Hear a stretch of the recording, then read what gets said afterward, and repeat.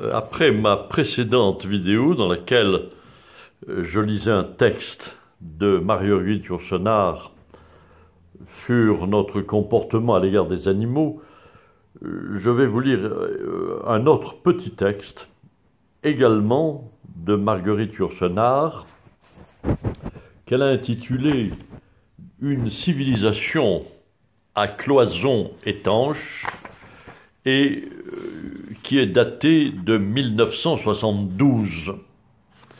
Or, vous constaterez que dans ce texte, elle évoque une attitude que devraient avoir certains, qui est celle qu'a eue récemment et par la suite l'association L123, qui a filmé dans les abattoirs, dans les élevages, la façon dont on traitait les animaux.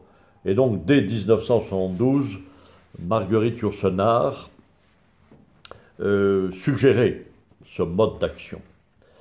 Voici donc ce texte. Il nous est arrivé à tous de regarder avec horreur et dégoût les scènes d'exécution sur la place publique, des peintures du Moyen Âge ou des gravures du XVIIe siècle. Il est arrivé aussi à beaucoup d'entre nous de passer vite, écœurés, dans quelques petites villes d'Espagne ou d'Orient, devant la boucherie locale, avec ses mouches, ses carcasses encore chaudes, ses bêtes vivantes, attachées et tremblantes en face des bêtes mortes, et le sang s'écoulant dans le ruisseau de la rue. Notre civilisation, à nous, est à cloison étanche. Elle nous protège de tels spectacles. À la Villette, aux chaînes numéro 2, des nouveaux abattoirs, les veaux et les bovins, ces derniers, après une chute brutale, sont suspendus en toute conscience avant l'exécution, ce qui permet, time is money, d'aller plus vite. Ce système est bien entendu interdit par un décret du 16 avril 1964, ce qui n'empêche pas qu'il reste profitablement en usage. Les murs de nos nouveaux abattoirs, belle réalisation technique à n'en pas douter, pourvus, comme on voit, de tous les perfectionnements, sont épais. Nous ne voyons pas ces créatures se tordre de douleur. Nous n'entendons pas leurs cris que ne supporterait pas le plus ardent amateur de beefsteak. Les effets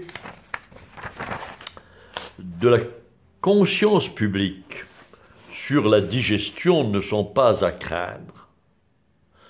Oscar Wilde a écrit quelque part que le pire crime était le manque d'imagination. L'être humain ne compatit pas aux maux dont il n'a pas l'expérience directe ou auxquels il n'a pas lui-même assisté.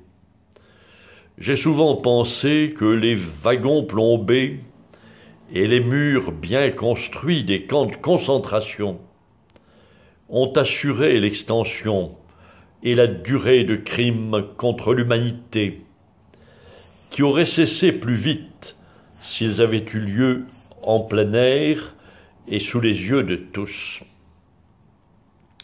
L'habitude sur les places publiques du Moyen Âge et du Grand Siècle mithridatisait assurément certains spectateurs. Il s'en trouvait toujours pourtant pour s'émouvoir, sinon protester tout, et leur murmure a fini par être entendu. Les exécuteurs des hautes œuvres de nos jours prennent mieux leurs précautions.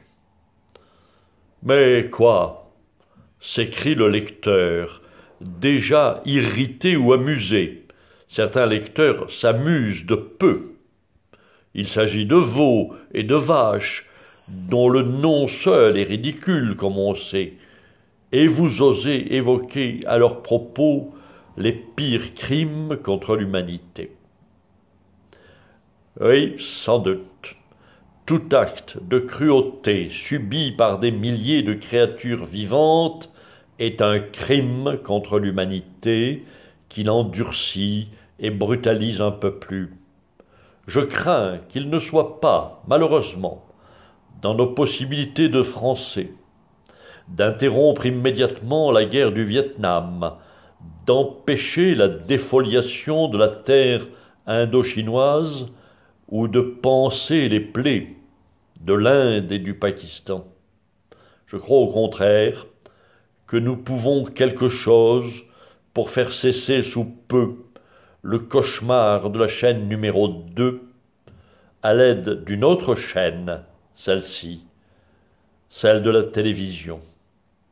J'appelle de mes vœux un film plein de sang, de meuglements et d'une épouvante authentique qui fera peut-être plaisir à quelques sadiques, mais produira aussi quelques milliers de protestations.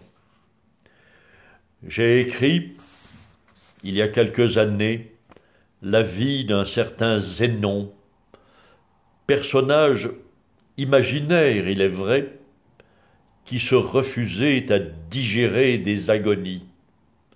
C'est un peu en son nom que j'ai rédigé ces lignes. Merci.